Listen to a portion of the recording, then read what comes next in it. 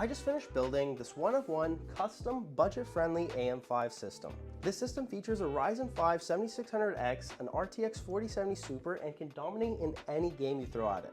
If you guys want a budget AM5 system to get into gaming, go ahead and check out this video where we build it all. Starting it off right, we got the B650 Prime. When you're going AM5, you pretty much only have two choices between the X670 and B650. However, we're going for a budget build, so we don't need to overclock anything. And let's go ahead, get this Prime B650 unboxed. In the box, you obviously get the Wi-Fi antennas, which is amazing, and the motherboard itself. I really like this one. It's got like a nice silver finish to it, so if you are going for a white build, this could work. However, we're going for a black build, so it'll work either way. It's a very nice motherboard, comes with Wi-Fi. Let's go ahead and lay that down. And inside the box, we only need a couple things. We definitely need the I/O shield, and the SATA cables. We're not adding any HDD or SSDs, so we're gonna leave those in the box. And we do need the standoff and screws for the M.2. Moving on, after we got the motherboard laid out, the next thing we want to introduce is the CPU. For this, we're going for a Ryzen 5 7600X, which is an amazing start to the AM5 platform. It produces an amazing 6-core, 12-thread processor. Let's go ahead and open this bad boy up, just like so. The next thing you want to do is take off this cover, just like so, and we're going to go ahead and lay the CPU down. If you don't know which way to put your CPU, check the top and bottom. You should see two little nicks in there, and then you can align those properly with the motherboard and just gently drop it down. Perfect. I like to double touch it. Some people get mad at me, but I just confirm that it's in place that way. Go ahead, pop the cover off, take it off, and we can go ahead and throw that out of there.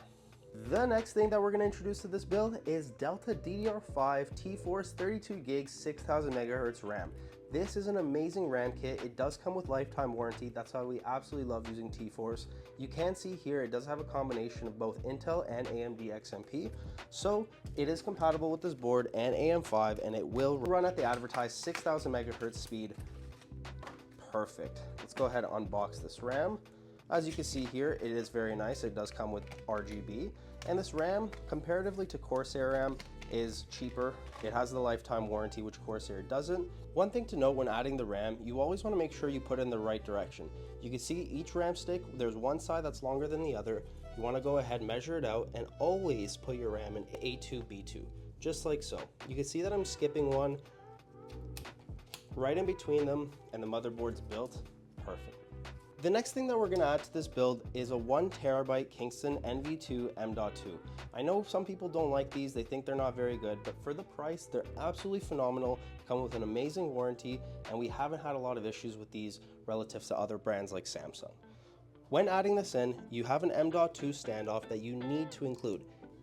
So go ahead, get this standoff screw installed just like so. You're going to have to twist it in, then you want to take your M.2, plug it right in there, and boom.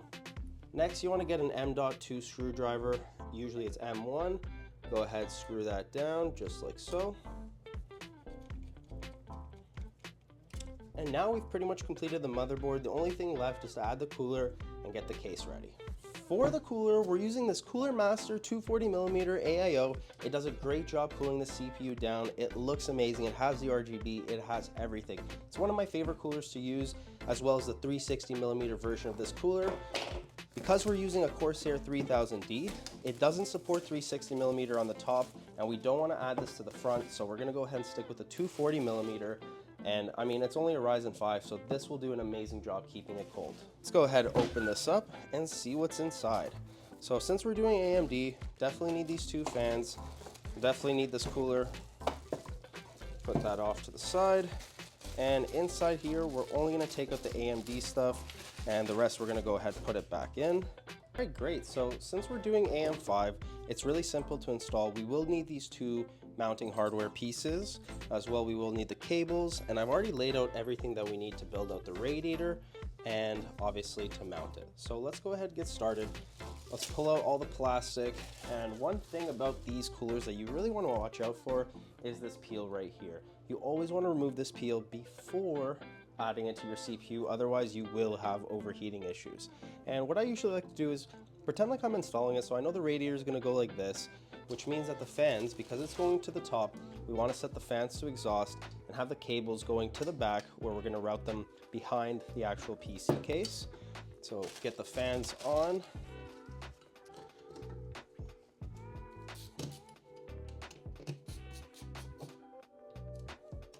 So that's done. We can go ahead and peel this off. As I'm wearing gloves, I won't really get any fingerprints on it.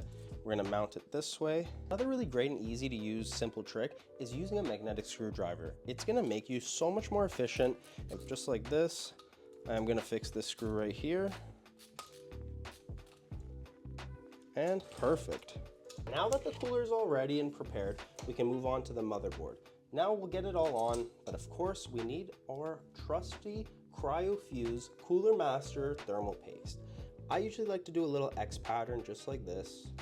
I know I did a little bit of a sloppy job on the thermal paste, however, it will spread out. After that, we're gonna go ahead, keep the tubes towards the RAM, and let's try to get that on. Now with this cooler, you wanna do finger tight, otherwise you can't really screw it down. Once you feel like it's good, it's nicely tight in, we'll go ahead and we're good. Next, you want to plug the AIO pump into the AIO header, and this motherboard doesn't have it, so we usually like to do CPU opt because it keeps everything at 100%. All right, and moving on to the case, we're using the one and only Corsair 3000D Airflow, and it has an included 850 watt power supply inside, so it's going to be really simple to set up, really easy, and if you buy it in a bundle like this, you do save a bit of money. So let's go ahead and open up the case. When you're opening up the case, I always recommend people open it up from the bottom. That way it makes everything easier.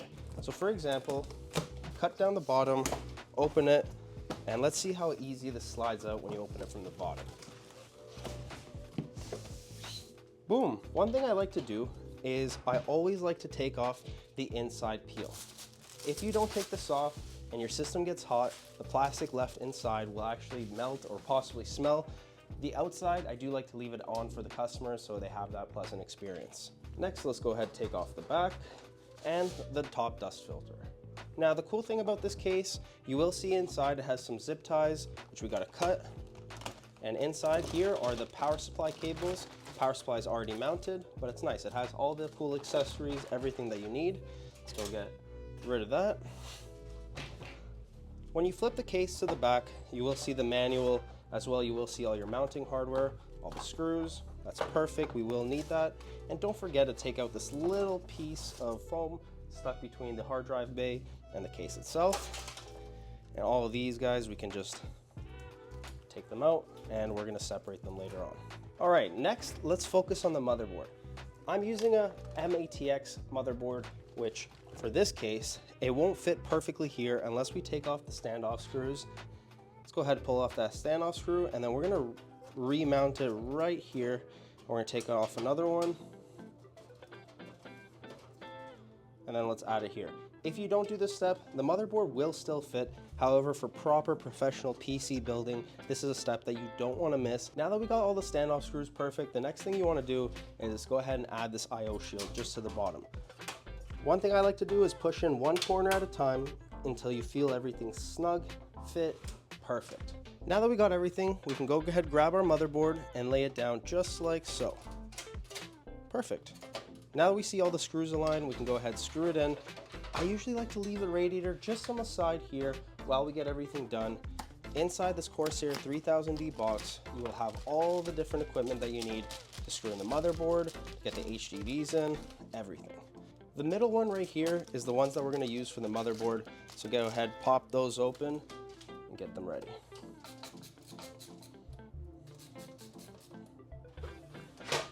Next, let's go ahead and pull out the power supply because we're gonna wanna add all the power supply cables next. Actually take the power supply out in order to add the cables.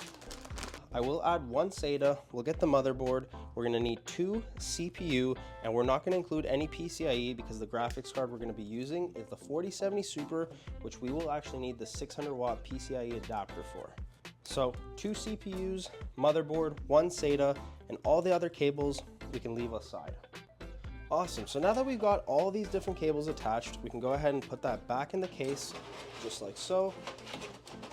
We're gonna line it up and screw it in.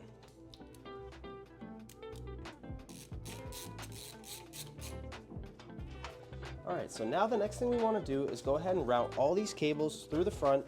I don't want to bore you guys with all this cable management, so I'm just going to get it done this time. However, if you guys do want to see the cable management and like that kind of stuff, please let me know in the comments and I can show you guys in the next video. Alright, so now that we've managed about 90% of the cables, it's time to add the radiator in, and let's go ahead and do that. I always like to put it through the top, and you can see the cables are coming out towards the back. If they were coming out this way, then you'd have a mess trying to cable manage it. So always make sure cables are facing towards the back. I like to usually hold them with one hand. With the other hand, I try to catch the cables on the other side. And once I've caught all 4 cables, go ahead and lift the cooler up and just start aligning it. We can see it goes perfectly here. Right, now that we've got all the cable management done on the back and the front, the only thing that we have left to do is add in the graphics card. For this, we're using a 4070 Super from Gigabyte, an amazing card. It doesn't cost too much compared to the other 4070 Supers, and it does a great job. It comes with 12 gigs of VRAM, and it can pretty much kill any task or any game that you throw at it. Go ahead and unbox this beast, throw out the box. We don't need any of the packaging. Get some extra foam, very nice. Now, all the graphics cards nowadays, all the 4070 Supers and above, come with this little adapter, but if you have the proper power supply, which I recommend you do, you don't need this, go ahead and throw it out. But if you don't have the proper power supply, you will have to use that. All right. Oh, beauty. And it does come with a bunch of plastic, so we've got to take all that plastic off. Otherwise, the GPU can, in fact, smell like plastic, because these cards do get hot. I mean, they do. So go ahead, get all that plastic off. Nice. Take off that plastic garment. I took off all these dust protectors, and it's ready to be now installed. If you're brave, you could add your GPU while the PC case is standing up. However, it's so much simpler just to lay your PC case flat, push that pin down, and get that GPU right in place. Boom. Once you hear that click, you know it's in, and then you can go ahead and reuse those case screws, and let's go ahead and screw that GPU down. Beauty! And we're done. All that's left to do is power it on, install Windows, and we're golden. All right, so I got my PC power cable right here. Let's go ahead, add that in. Let's turn it on. Moment of truth. 3, 2, 1. Why didn't it turn on? Oh, because the power wasn't on. 3, 2, 1. Ooh, look at this beauty. She's all running super high-end parts, but a really nice, affordable budget AM5 system. I'm telling you guys, if you want to get into AM5, you don't want to spend a fortune, this is the best system that you can get for the money. If you guys like this video, please leave me a thumbs up, leave a comment down in the comments below, and please hit that subscribe button. If you guys want to check out this PC right here, it is available on our website for sale today. Go ahead, check it out, grab one before it sells out. Thanks so much, guys. Peace.